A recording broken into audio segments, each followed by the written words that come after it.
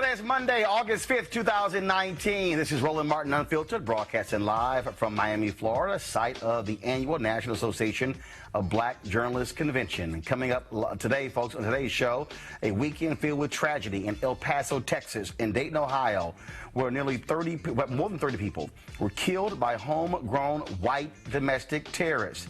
We'll hear from Congressman Benny Thompson about how serious the problem is. We'll also show you the comments today from Donald Trump, which did nothing to allay the fears of Americans who are angry about white domestic terrorism. Also, one of the heroes in El Paso was a black soldier who went into the mall to save children. You'll hear his reason why. And again, we'll break this whole thing down with our panel. Will Congress finally do something about the issue of gun control in this country? Well, we'll see. Plus, black women in California are feeling marginalized by the California Democratic Party, and they're pushing for more clout. Folks, it's time to bring the funk on Roland Martin Unfiltered. Let's go. He's got it. Whatever the miss, he's on it. Whatever it is, he's got the scoop, the fact, the find. And when it breaks, he's right on time. It is rolling. Best believe he's knowing. Putting it down from sports to news to politics. With entertainment just for kicks, he's rolling. It's on go, y'all. It's Roland Martin, yeah. Rolling with Roland now. He's funk, he's fresh, he's real, the best, you know he's Roland Martin now.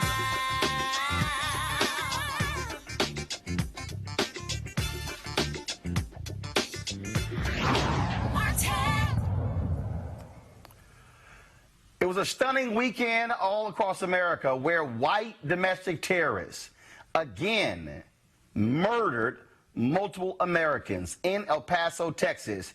22 people are dead in the shopping mall shooting that took place there. The shooter is facing hate crime as well as capital murder charges. That night in Dayton, Ohio, 9 people gunned down in a bar, most of them African Americans. The shooter in that case is dead. The El Paso white domestic terrorist left a manifesto describing hate for the Mexicans taking over Texas. He drove hours from his home in Allen, Texas, to El Paso to commit the crime. Talk about stunning. In Dayton, Ohio, same thing. A white domestic terrorist shoots up a popular bar. Seen there, folks were having lots of fun. Then he opens gunfire with a huge capacity, firing weapons. He was killed as he tried to run into the bar by police. What is going on in this country when it comes to white domestic terrorists? This morning on the Tom Joyner Morning Show, I talked with Congressman Benny Thompson, chairman of the House Committee on Homeland Security, and he talked about how serious the problem is when it comes to white domestic terrorists. Well, good morning to you, Roland. Let me tell you, it's real serious. For instance, for a long time in this country, we were led to believe that the most dangerous element in terms of terrorists were Muslim terrorists. One of the reasons is the FBI stopped producing the data. We now, through testimony, as well as on July 23rd, the FBI director said domestic terrorism is the #1 danger in the United States of America. But stop right there, Congressman, right there. Congressman, he said domestic terrorism. Why won't they call this white domestic terrorism? Well, you know what the problem is. We have somebody in the White House who's absolutely in denial.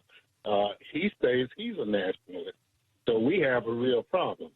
What we have more importantly, as you know, is we have a number of deaths that are occurring all over the country. What we had over the weekend is just the explosion of the episodes that have been going on. So what we're trying to do is next week, my committee is going to have a series of hearings in Washington highlighting what's going on in the country. We're going to invite the FBI. We're going to invite the mayors of Dayton and El Paso and other parts of the country to come and talk to us, as well as advocates who want to look at this subject, and let's come up with some real solutions to the problems. Congressman, everybody keeps saying right now mental illness, but Donald Trump overturned an Obama rule that made it harder for folks with mental illness to get guns. The House passed a universal background bill. Senator Mitch McConnell won't even take it up. I just tweeted this. I said I have absolutely no confidence that the Republican Party, Trump, the GOP chairwoman, Roland McDaniel, McConnell, any of these people want to do a damn thing about guns because they are a wholly owned subsidiary of the NRA. Well, you're absolutely correct. If you look at McConnell's record, he's clearly said he's not going to bring any of those issues up. The Trump administration made it legal for people who are adjudicated mentally ill to buy guns. You know, that is unfortunate in this country. That puts some 80,000 more people out here potentially who can buy guns who have been diagnosed with an issue of mental illness. Apart from that, Roland, we have some other issues out here in terms of the military-style assault weapons being legal, the clips in the guns, the large magazines. All those 100 rounds of the guy who killed largely African Americans in Dayton. I mean, there's no reason why an average citizen should be walking around with weapons that should be reserved for the battlefield. Oh, no. And you can't say that's a hunter, you leaving your right to bear arms. No, he was a hunter. He was hunting people. Absolutely. But the notion is that when you do that, you're denying me my rights. Well, at some point, when the rights infringe on rights of others, government has to step in. So clearly, we're moving. We're going to hold the hearings. We're going to talk about this issue, and we plan to move it forward. But the real challenge is whether or not this country can demand that the powers to be in Washington do something. We can make those assault weapons illegal. We can say that you can't buy a gun if you have a criminal record. We can do a lot of things that we have not been able to do. Congressman, can you do this without the Republicans? Can anything be done between now and Election Day beyond voting them out of office can be done to change some of this? Well, unfortunately, we're going to have to take it to the people. We're going to have to take it to the streets and say, look, if you want to fix this, then you're going to have to put people in office who are willing to do it. We can't get anything over on the Senate side. Simple things that can fix, we can't get it done. So that's why people absolutely need to be focused on next year. Get fired up. Let me be as explicit as possible. White people are going to have to take to the streets and demand Republicans step up. That's what's going to have to happen. Yeah. Absolutely. Yeah. And when will your committee meet, Congressman? Well, we're scheduled Wednesday and Thursday of next week in Washington. We will announce it this afternoon publicly, and we want everybody within the sound of our voice to please come to Washington, tune in to the hearing, and you will see all the facts. All right. Congressman Benny Thompson, Chair of the Department of Homeland Security, House Committee. We appreciate it. Thanks a lot. Thank you, brother. Now, folks,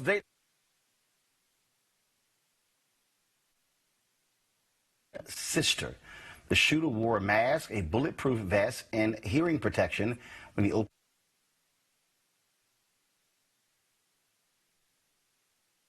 Folks in this country, white supremacists commit nearly 3 out of 4 murderous terrorist acts. White supremacist groups in America have jumped 30% in the last 4 years, and the number of hate crimes in America has increased 3 years in a row. Well, also, folks, it was quite chaotic there. The scene in Dayton was very chaotic, as shown on this surveillance video. Fortunately, the shooter, as we said, was killed before he had a chance to do more damage. These are also the pictures of the people who lost their lives that night. This right here is a surveillance video as folks are running out of that bar in Dayton, Ohio. fleeing the gunman. It was, again, quite sad to see that actually take place. Just an unbelievable scene there in Dayton, Ohio, as people were running for their lives. As we said, 9 people shot and killed in Dayton, Ohio, including the sister of the gunman.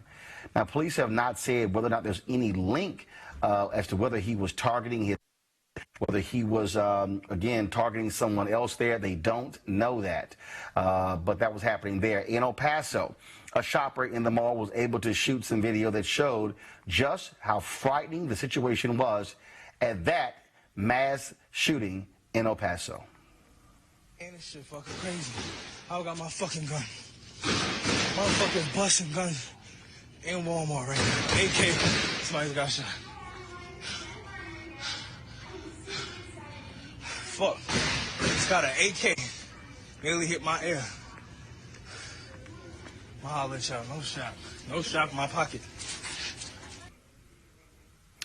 One of the heroes of the El Paso shooting was Army Private First Class Glendon Oakley Jr., who tried to save the lives of the children in the mall. Here's what he had to say.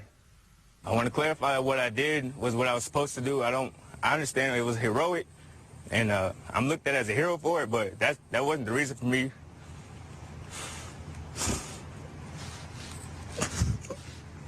I'm just focused on the kids that I could not get and the families that were lost, because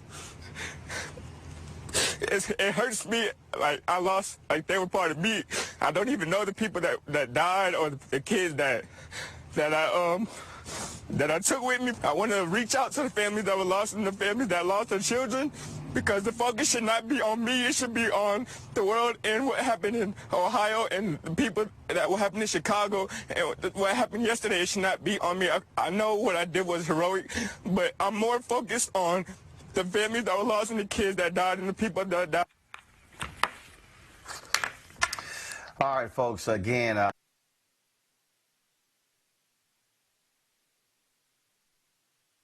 day after he pretty much ignored this issue yesterday on social media, he was caught taking selfies at a wedding at his club in New Jersey. Donald Trump held a news conference where he spoke about the tragedy. The First Lady and I join all Americans in praying and grieving for the victims, their families, and the survivors. We are a loving nation, and our children are entitled to grow up in a just, peaceful, and loving society. The shooter in El Paso posted a manifesto online consumed by racist hate. In one voice, our nation must condemn racism, bigotry, and white supremacy. These sinister ideologies must be defeated. Hate has no place in America. Hatred warps the mind, ravages the heart, and devours the soul. The perils of the internet and social media cannot be ignored, and they will not be ignored. That is why I have called for red flag laws, also known as extreme risk protection orders. Today, I'm also directing the Department of Justice to propose legislation ensuring that those who commit hate crimes and mass murders face the death penalty, and that this capital punishment be delivered quickly, decisively, and without years of needless delay. These are just a few of the areas of cooperation that we can pursue. I am open and ready to listen and discuss all ideas that will actually work and make a very big difference. May God bless the memory of those who perished in Toledo. May God protect them. May God protect all of those from Texas to Ohio. May God bless the victims and their families. May God bless America. Thank you very much. Y'all, Donald Trump actually said, God bless the people of Toledo. Folks, he was reading from a teleprompter. The shooting took place in Dayton, Ohio. If you want to understand how this president doesn't care about these issues, he spoke for about 10 minutes. Not one time did he say he was going to do something about gun control. Not one time did he say he was going to call on Senate Majority Leader Mitch McConnell to take up expansive background checks. It's already passed the House. What you have is a Republican Party, as I said on the Tom Joyner Morning Show, that is frankly, a subsidiary of the National Rifle Association. This is a party that actually has done nothing. It is a party that has no desire, no interest to do anything about mass shootings in the United States. There's no way in the world any of us can trust the Republican Party on this issue. They did nothing after Sandy Hook. They did nothing after the shooting in Orlando. They have done nothing in this case. But keep in mind, you have Donald Trump. When there was a shooting in California, San Bernardino, he was quick to go on television networks condemning Muslim extremists. Yet he could not bring himself to say a damn thing about the white domestic terrorists in these shootings, because even his former communications director, Anthony Scaramucci, said today on television, the reason he won't is because that is his base.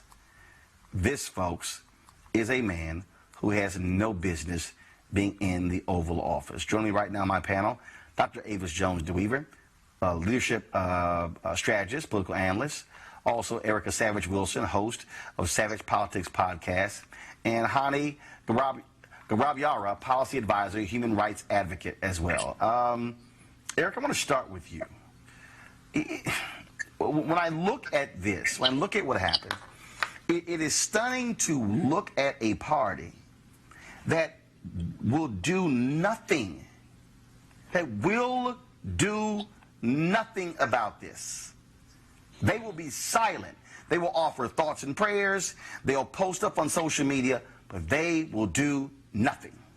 Absolutely. And for anybody to expect for them to do anything, it will only come by way of public demand. I am here to let everyone know today, as you have done and all of us have done in our respective places, that listen, this is the time for really the public outcry for democracy is more imperative. This lockstep that Republicans have with the NRA, it didn't just start in the 2000s. This is something that has been happening for decades. And what we're seeing is that Republicans are really, it's just really the wolf really taking off all of his clothing so we can see who he actually is that Republicans are now being revealed as really the money-hungry, non-family-oriented party that they are. And that because they are so drawn to authoritarianism, that they are definitely going to continue to be in lockstep with this Republican White House occupant. So for me, this is really a clarion call really for folks to understand that their voices matter, not just in national conversations, but at the local level. And so this is where people can be the most functional, is that really to push their legislatures at the state level to do things, because those then calls from the state level then funnel up to the federal as well. But as far as the Republican Party is involved for black and brown folks, this is something that we've been very familiar with for several decades now. Hani, black folks are very familiar with white domestic terrorists, and frankly, you have an administration that doesn't even want to use that phrase. They don't even want to say those words. You have mainstream media who's decided to finally wake the hell up and say what we have, that we've known for quite some time, that the greatest threat of terrorism in the United States are white men, and these white men are listening to the rhetoric of Donald Trump. You can hear echoes of Donald Trump in that manifesto of the El Paso shooter, and it is undeniable. I completely agree, Roland. And the fact of the matter is that we go to countries all the time with ideologies that we do not believe in. So what we need to figure out is what is possessing these young children, which the kids, to do the things that they're doing. And also, I was born in Somalia, and I remember multiple people getting killed. And with those, they used AKs. Kalashnikovs are war weapons. So these kids, these people who believe in the ideology of Donald Trump are at war. We have to admit that we are at war with white supremacy. So what are we going to do? Avis, that particular point in terms of what are we going to do, you have to have members of Congress who are going to take action. You've got to have a Department of Justice who is going to get aggressive. I read one story where a former FBI official said that FBI agents are loath or scared to go after white supremacists because that's Donald Trump base and they don't want to tick him off. That's what we're now dealing with. Oh, exactly. And we also have to remember that one of the very first things this administration did when it came into office, in addition to rolling back the law that was in place regarding not making available guns to people who are mentally ill, this administration also gutted a program that was specifically meant to be able to target domestic terrorist and white supremacist organizations. It specifically gutted that as one of its first acts as an administration. And so from day one, this administration has intentionally looked the other way. While this threat has ticked up each and every year Donald Trump has been on the scene, it knows what it is doing. I want to tell you, we have a radicalizer in chief in the White House. To me, Donald Trump is as much a radicalizer of these grown men, because they were 21 plus years old who did this, okay? When our 14-year-old kids are somehow thought of as grown, okay? These are adults who made the decision to murder people, and we have seen in each and every year since he has been in office not only a big growth in the number of hate groups in this nation. It's drawn 30% since he's been on the political scene, but we've also seen a year-over-year increase in the number of hate crimes in America.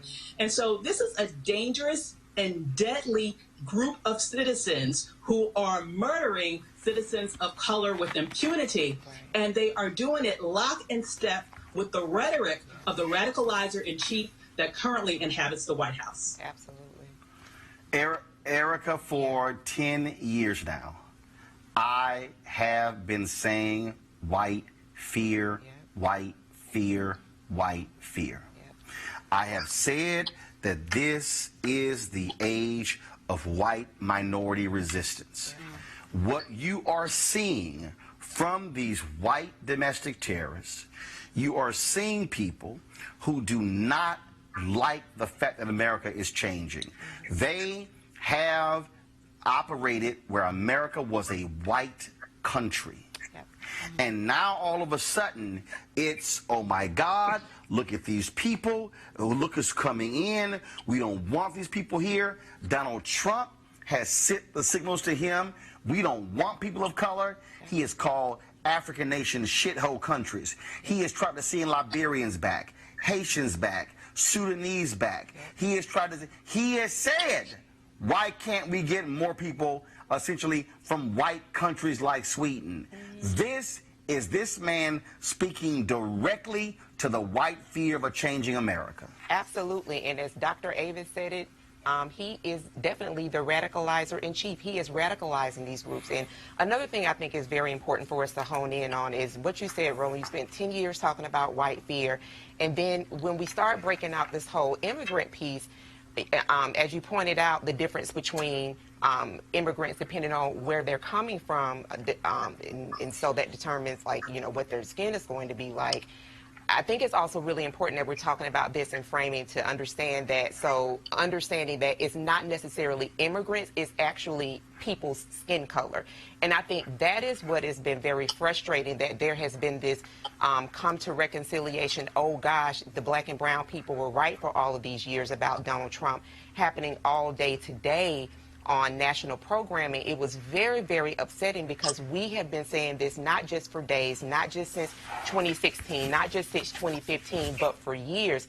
And so again, I go back to saying back to the viewers and to the audience and hoping that people will share this out, is that, listen, this is the time for public outcry.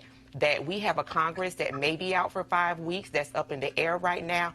It is incumbent on all of us, voters and not, if you are living in this country, you are impacted by all of these policies, to contact your legislators, their district offices. If they are not going to be returning back to D.C. to make a decision about better gun legislation, and just really to make some forcing the Republicans to do something, the Democrats as well, is that we are going to be having this conversation several months down the road. So I would like to implore people to actually be very, very interactive, engaged in your local politics, your politics right now, because all politics really is local right now, especially with these tragedies. Hani, before I go to you, I want to play for our folks. Again, I love all these conservatives who say, oh, no, you shouldn't hold Donald Trump for these things. You shouldn't do any of these. Folks, this is a video of Donald Trump at his own rallies in his own words. I've been boom, boom, boom. I'll beat that. I don't know if I'll do the fighting myself or if other people will. Maybe he should have been roughed up, because it was absolutely disgusting what he was doing. If you see somebody getting ready to throw a tomato, knock the crap out of them, would you? Seriously. I'd like to punch him in the face, I'll tell you. Try not to hurt him. If you do, I'll defend you in court. Don't worry about it. In the good old days, this doesn't happen because they used to treat them very, very rough. And when they protested once, you know, they would not do it again so easily. We've become weak. We've become weak. And you know what? The audience swung back. And I thought it was very, very appropriate. The audience hit back. And that's what we need a little bit more of now. Part of the problem and part of the reason it takes so long is nobody wants to hurt each other anymore, right? Hani, we've got to call this what it is. And what it is white folks in America. You can sprinkle in some black folks. You could talk about 20, 25% of Latinos. But white folks in America, they got to own this. They voted for this man. They voted for this thug. They voted for this rhetoric. And when he attacks immigrants, when he attacks people of color who come into this country, what he is saying is, I want to see white people in America, and he is throwing red meat, and you got a whole generation now of young white men listening to Donald Trump saying, see, that's what I'm talking about. That's what I'm talking about. He's saying what I want to hear. That's what's going on here. Donald Trump cares more about votes than he cares about lives. He has blood on his hands at this particular time. And what he needs to say is that this is white supremacy, there's a danger happening, and that our country needs to come together. And what is so funny is in the video that you showed earlier, he couldn't even remember the events where they took place. Oh, it's Toledo. His tone is very different when he's talking about, for when he's riling up his base. He's energetic, he's enthusiastic. But when tragedies happen, it's not even the same person. So what we need to say is, you know, Mr. President, you're doing a disservice to all of us. And you are, quite frankly, dangerous.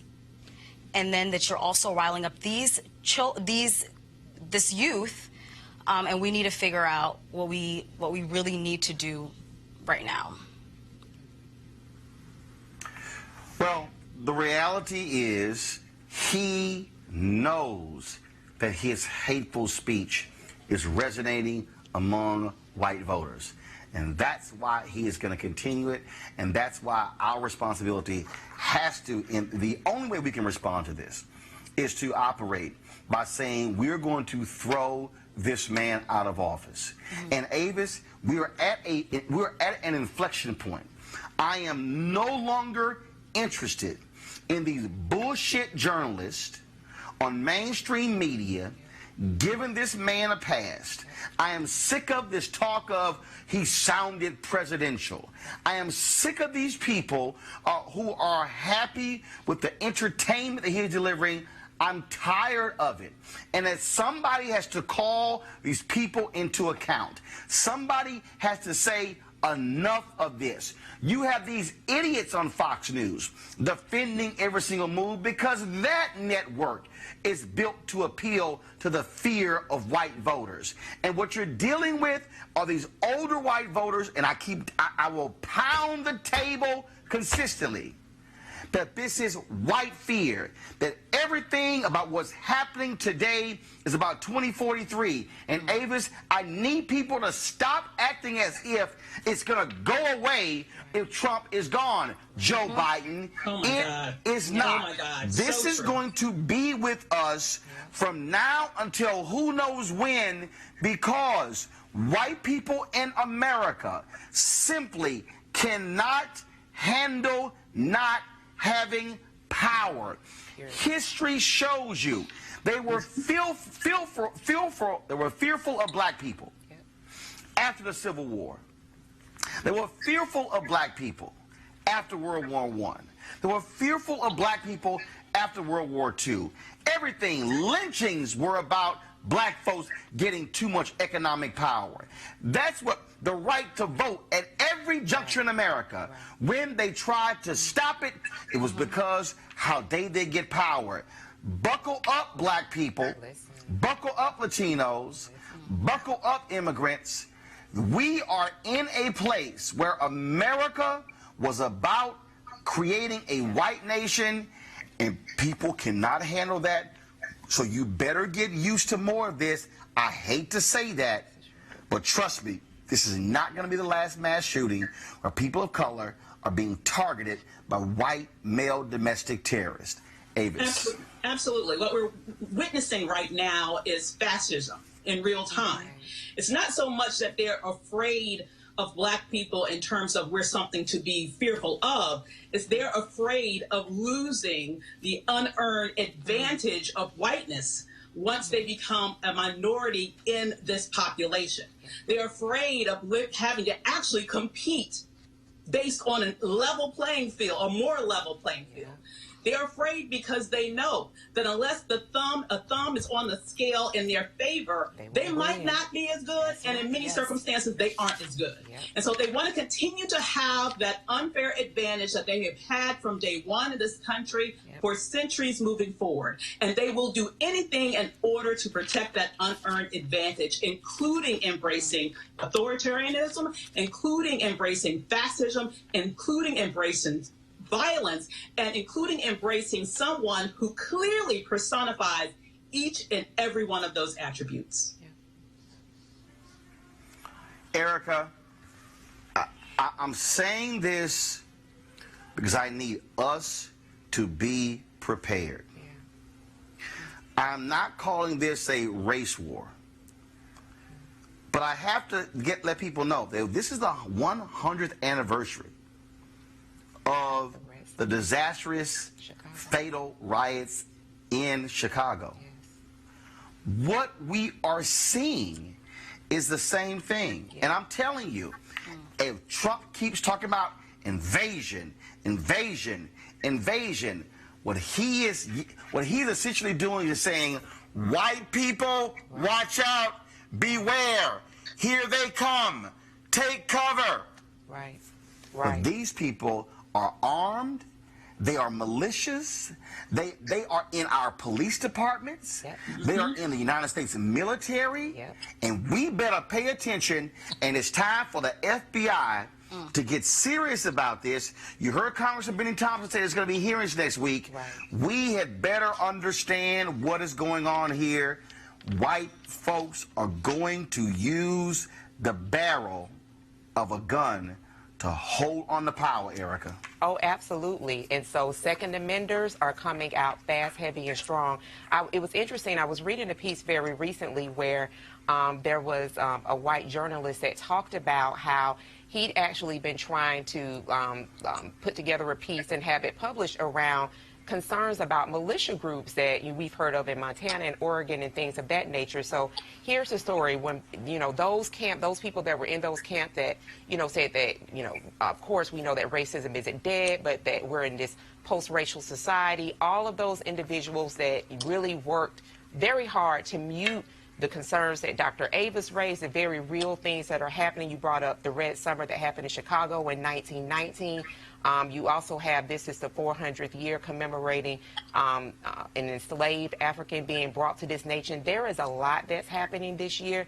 So I'm 100% in with you, Roland, that this is what needs to happen. People need to make their focus not about the reality show that is happening, that we were very, very adamant that we knew it was going to happen when he actually got in office, because it was walking and talking, but also understand what their power is, understanding what it means for them to understand the laws around their person, their property. This is not the time to be passing around sound bites saying that, well, people are going to do what they want to do anyway. This is the time to be purposefully engaged, and not just a political process saying that you're either Democrat, Republican, Green Party, Libertarian, or that you're an independent, but to understand what your rights are, to understand what governs this nation, and to also understand that you mentioned all those different places that we see white supremacists holding court. Well, we also see it around the Department of Justice with William Barr. So folks need to be very, very learned in this hour. They need to invest in programming such as this,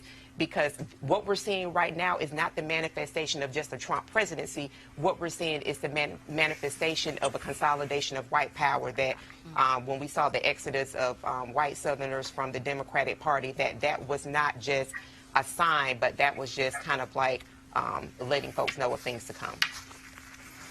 Honey, you had this idiot Candace Owens who testified before Congress saying all the left, they just use these terms, white nationalism, white supremacy, those things don't exist. Of course they... Exhibit A, El Paso. Exhibit B, Dayton, Ohio. Of course, like that is the fabric of this country. White nationalism, white supremacy, and I just don't understand how people don't understand what is going on and why we haven't found solutions yet. When I was going to work today, I noticed that all of the flags were half-staffed. This country cares more about symbolism than they do about solutions. So let us have a solution. What are the solutions? Congress needs to get involved, but people care, again, more about votes than they care about lives. And that needs to stop. And we need to be firm about this and say white nationalism exists, white supremacy exists, and it's dangerous. And we, Roland, we are in a race war. There have been a lot of studies with even the ADL said that there is a race war happening in our country. Just because, you know, war, I know what war is about. Just because you don't see drones, just because you don't see military armor, war could be also words. That is how most wars are started, with words, and that is what the president is doing. All right, folks, got to go to a break right now. We'll be back in a moment on Roland Martin Unfiltered, broadcasting live from Miami, Florida, site of the National Association of Black Journalists Annual Convention. Back in a moment. You want to check out Roland Martin Unfiltered? YouTube.com/Roland S. Martin. Subscribe to our YouTube channel. There's only one daily digital show out here that keeps it black and keep it real. It's Roland Martin Unfiltered. See that name right there? Roland Martin Unfiltered. Like, share, and subscribe to our YouTube channel. That's YouTube.com/Roland S. Martin. And don't forget to turn on your notifications so when we go live, you'll know it.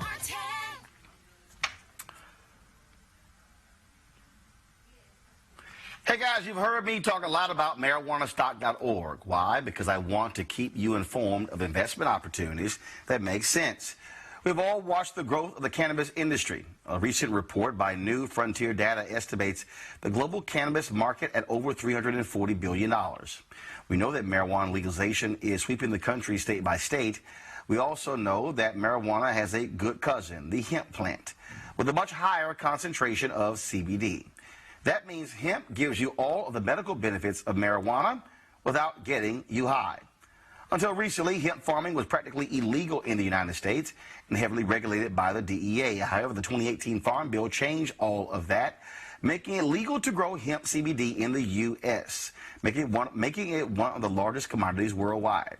Folks, they need land to grow all of the plants, And this is where our good friends at 420 Real Estate come in. Their business model is simple. They buy land that supports hemp CBD grow operations and lease it to licensed paying tenants. That's right, they are hemp CBD landlords. And you can get in on the action. Now, my friends at 420 Real Estate decided to do something special for the Roland Martin Unfiltered family. Originally, the minimum investment was $500. But now you can invest in this crowdfunding campaign for as little as $200. That's right, $200 up to $10,000. Again, this is a $340 billion global industry that is still growing, and you can participate with as little as $200. To invest, go to marijuanastock.org. That's marijuanastock.org. Get in the game and do it now.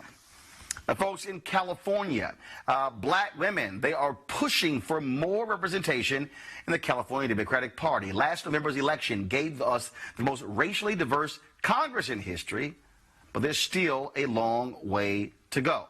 Let's talk about what's happening in California with Kimberly Ellis, a progressive activist from the Bay Area who ran to be chair of the Democratic Party there. She lost, but it is being firing those sisters up. Kimberly, glad to have you here. We were discussing, of course, the role that black women have been playing in politics and about leadership positions.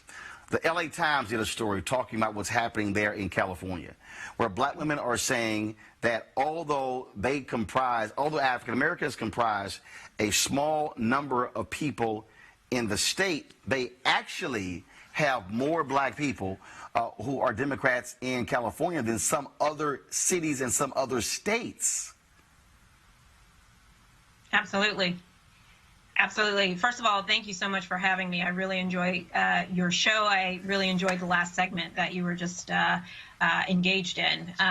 California, because of the size of the state, 40 million people live here. It is the most populous state in the nation. It is also the most diverse state in the nation. And because of that, the African Americans who live here, although percentage-wise comprise a small percent, about 6%, because of the size of the state, it is in actuality one of the largest concentrations of African Americans in the country. And when you talk about that, when you talk about, again, the importance of having black women in power, the reality is, and again, you take the last conversation, we have a totally different view of America.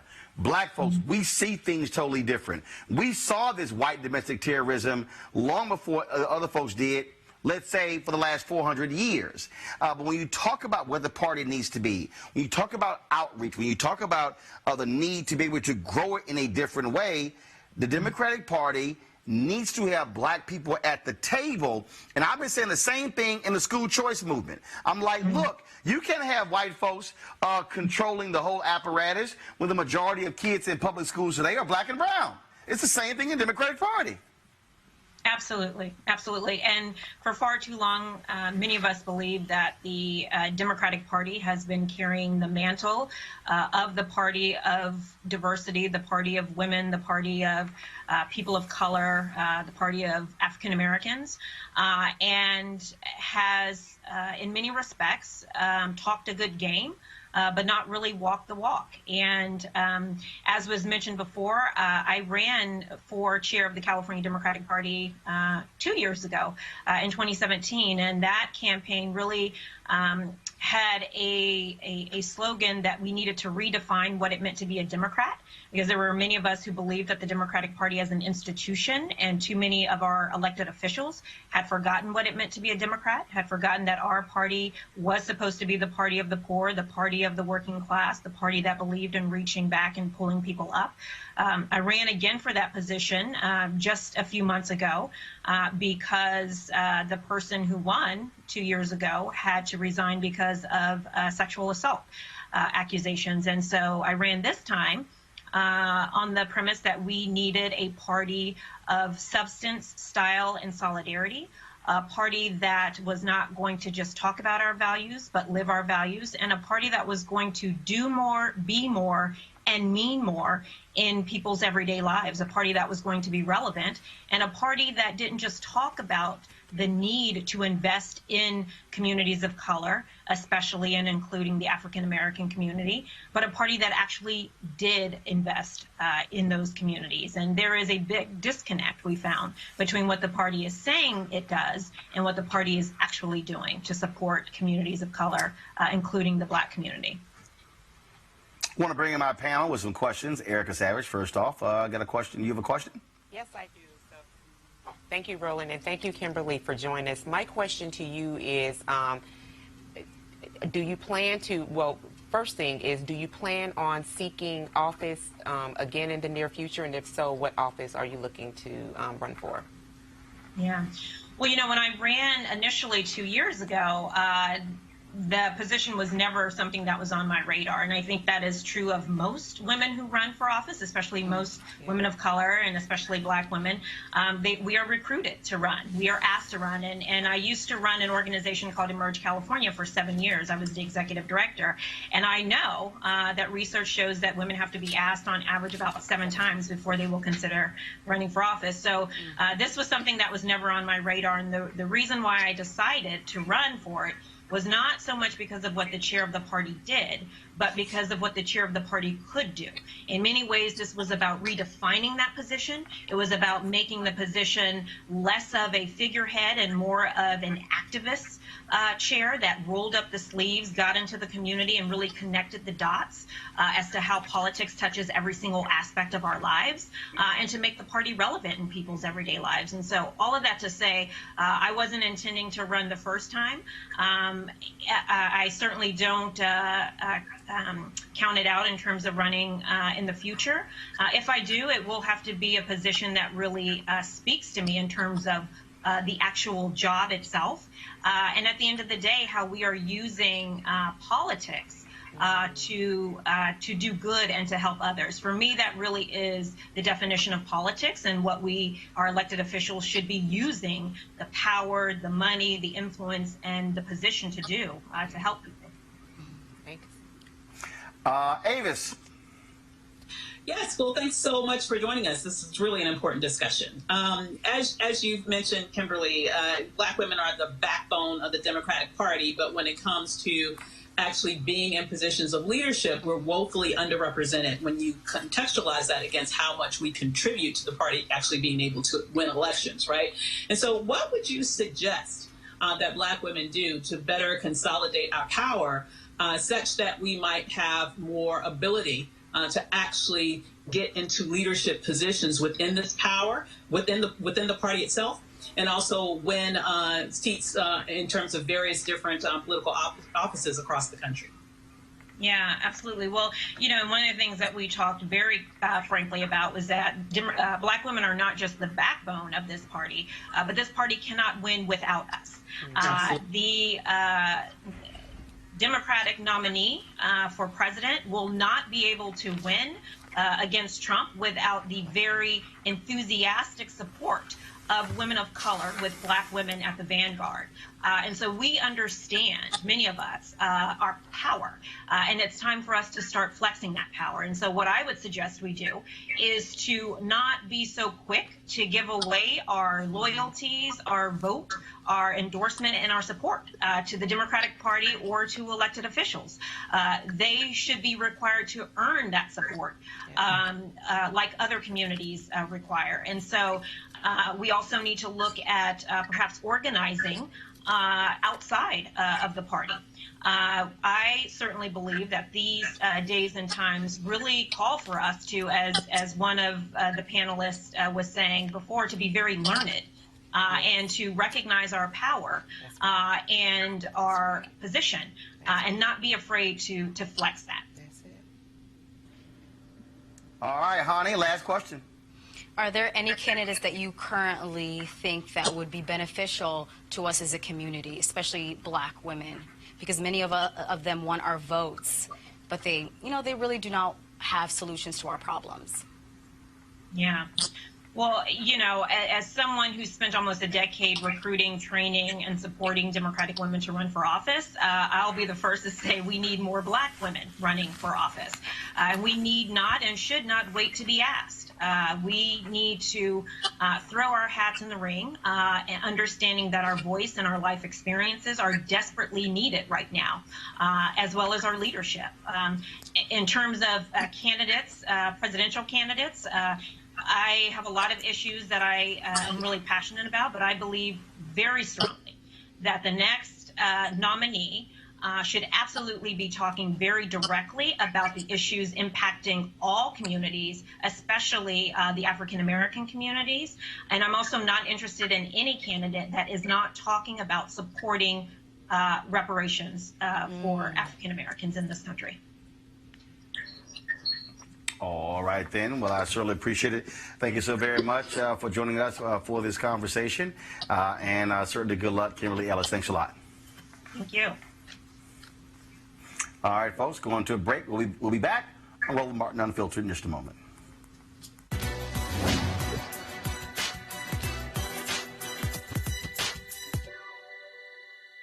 None of us are responsible for our birth. Our responsibility is the use we make of life. Novelist and newspaper person Joshua Henry Jones.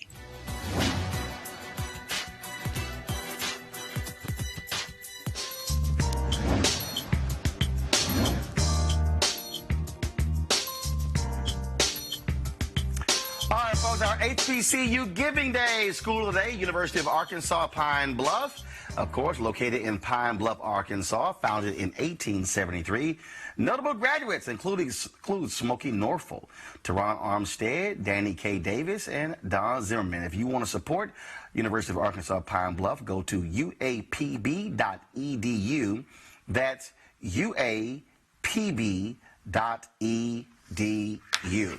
All right, folks, to our panel here, what was interesting to me in terms of what we've witnessed in the last couple of days. What we are seeing here is really, I think, the greatest contrast between two political parties.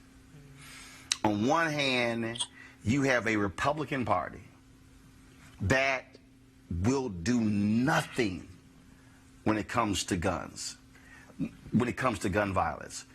They have prevented the federal government from even compiling stats on gun violence.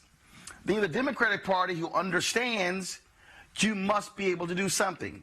And I love these people, Avis, and I'm being very facetious, who say, oh, well, a background check will do nothing. Eliminating these guns will do nothing. Changing the size of magazines will do nothing. Well, damn it, you can do, if it saves one life, it sure as hell is worth it. Absolutely. And I, you know, obviously the lowest hanging fruit is around the background check, since there's already been a bill that's been passed out of the House. But I would certainly love to see the Democrats show a bit more courage here and swing for the fences. Let's just be very real about this. The fact that you have people who are able to get weapons that could really only belong on the battlefield, where someone could literally murder 9 people and injure 20 people in less than 30 seconds. In less than 30 seconds, no civilian should have access to this type of weaponry. We need to look at how we can ban these types of assault rifles that do not belong in the hands of actual civilians. Yes, the minimal thing that we could do would be the background checks, but for these 2 specific incidents, those 2 individuals would have passed the background check because they did not have any felonies. We need to take the instrument of death out of their hands that do not belong anywhere except for on a battlefield. Anna, again, I think when you look at where we are, and when you look at a party that just is clueless. In fact, I had retweeted this earlier. A Republican in Nebraska, a state lawmaker, he basically eviscerated his own party for their cowardice, for their lack of courage, when it comes to gun violence. And I guess we should have known after Sandy Hook, if little kids could be slaughtered and they still do nothing, they don't care because they are deathly afraid of the NRA. Exactly. That's their votes and their money. That is what matters to the Republican Party, not the lives. If we're in a country where kids can get slaughtered, where a congresswoman can almost be killed, and nothing changes, what does that say about this party? And they care so much about lives, and they're pro-choice, pro-life, but yet they really do not care about the lives that matter currently right now and what's happening. So what we need to say is to the Republican Party, what do you really care about? Do you care about votes? Do you care about money? Or do you care about the lives of people? And look, Erica, this is what I want to know. When the hell are these white folks who support the Republicans are going to just stand the hell up? In my interview with Congressman Benny Thompson, he says we got to go to the streets. The kids in Parkland went to the streets. Mm-hmm. Black mothers and black fathers have gone to the streets. Oh, yeah. Okay? The problem are these white folks who continue to vote for Republicans who say nothing. Yep. And who do nothing. Right. Right. And what really needs to be teased out is what does it mean to be a Republican? I don't know why there's just a clamoring to that uniform. But here's the other piece, Roland, that I'm just going to continue to really hammer on this show, much of the same way that you're hammering out that, listen, we are really in a crisis, is that there has got to be a public outcry because just as you've laid out, there's not been a response from the party of Lincoln, from the party, that supposedly freed the slaves, from the party that is about family values. I'm old enough to remember when they were the party of family values. So since that's clearly not the case and that some people are waking up at today years old and discovering that, I'm saying again, the onus is really back on the audience, on the public. What are you going to do? These individuals who, as Kimberly Ellis stated, elected, their job is to serve the public. When you look at an organizational chart of your city, at the top of that organizational chart is not the mayor of that city who oversees different departments. It is the residents. So again, I implore, especially for folks that are living in districts that are held by Republicans, if you are not affiliated with a party, you're a Democrat, whatever the case is, it is now up to you to put the pressure on that particular congressional legislator to let them know that, listen, you're not having it because no one knows the day, the hour, when it will be them. And it does not matter what your area code is. It doesn't matter what your zip code is. It does not matter what type of job you go to every day. That there has been a warrant that has been put out on black and brown folks. And there are people who may not even have a background of violence that will respond to the message that is a Trump Republican message. I'm saying that we have to now demand our legislators to do the right thing, which we are saying, as Dr. Avis has pointed out, is definitely to have much more heavier legislation, because as a veteran who did serve this country, I did not see battle or combat, but I am telling you that military grade style weapons do not belong on the civilian streets at all. Simple as that. So again, folks, it's about, again, having some courage to stand up. Let me do this here. Shannon Watts, of course, she is founder of Moms Demand, the grassroots organization. This is what she tweeted. The House of Representatives passed a bill to require background checks on all gun sales. Now the Senate must act. So do this here, folks. Text checks, C-H-E-C-K-S. Text checks, C-H-E-C-K-S, to 64433. That's 64433, to be connected with your senators to tell them to act on background checks. Moscow Mitch has refused to bring this bill to the full floor. Folks, this is a no-brainer. It's a no-brainer. So text the word C-H-E-C-K-S to 64433. I want to thank Hani. I want to thank Erica. I want to thank Avis for joining me today on our panel on Roland Martin Unfiltered. Folks, if you want to support what we do, we have conversations, frankly, that are honest, that are frank, that you're not going to hear, frankly, on mainstream television. You're not going to hear on cable news. This is an unfiltered platform. This is a platform. We're not asking for permission to discuss what we talk about. And that's why we have been saying on this show for the last 11 months, white domestic terrorists. I am sick of these people.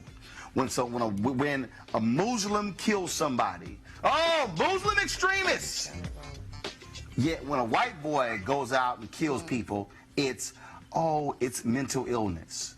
Yeah. No, it's pure hatred. It's racism. And we're going to call it what it is. We need your support, so go to RolandMartinUnfiltered.com. Join our Bring the Funk fan club. You can join our fan club via PayPal, Square, or even Cash App. Every dollar that you give goes to support this show to make this possible. And I certainly appreciate all of you that have done so. All right, folks, I'll see you tomorrow from Miami, from the National Association of Black Journalists Annual Convention. I'm Roland Martin. Holla!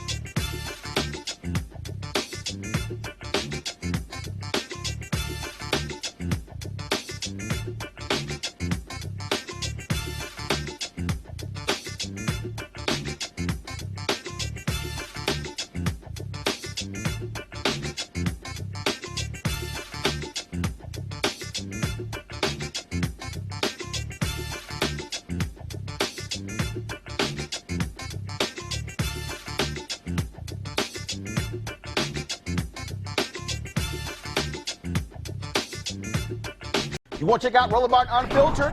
YouTube.com/Roland S. Martin. And subscribe to our YouTube channel. There's only one daily digital show out here that keeps it black and keep it real. It's Roland Martin Unfiltered. See that name right there?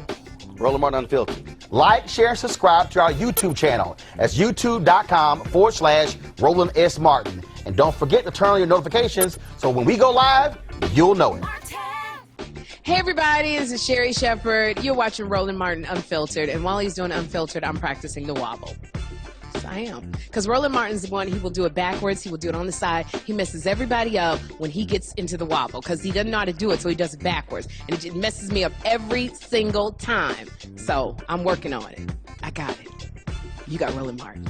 Hi, my name is LaToya Luckett, and you're watching Roland Martin Unfiltered.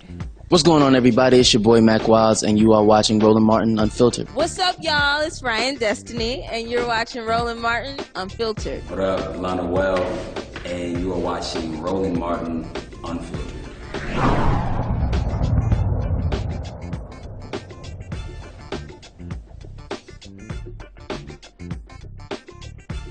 You want to support Roland Martin Unfiltered? Be sure to join our Bring the Funk fan club. Every dollar that you give to us supports our daily digital show. There's only one daily digital show out here that keeps it black and keep it real. As Roland Martin Unfiltered. Support the Roland Martin Unfiltered daily digital show by going to RolandMartinUnfiltered.com. Our goal is to get 20,000 of our fans contributing $50 each for the whole year. You can make this possible. RolandMartinUnfiltered.com.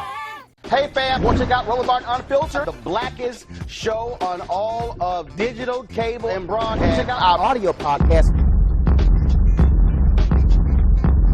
There's only one daily digital show out here that keeps it black and keep it real. As Roland Martin Unfiltered. Press play.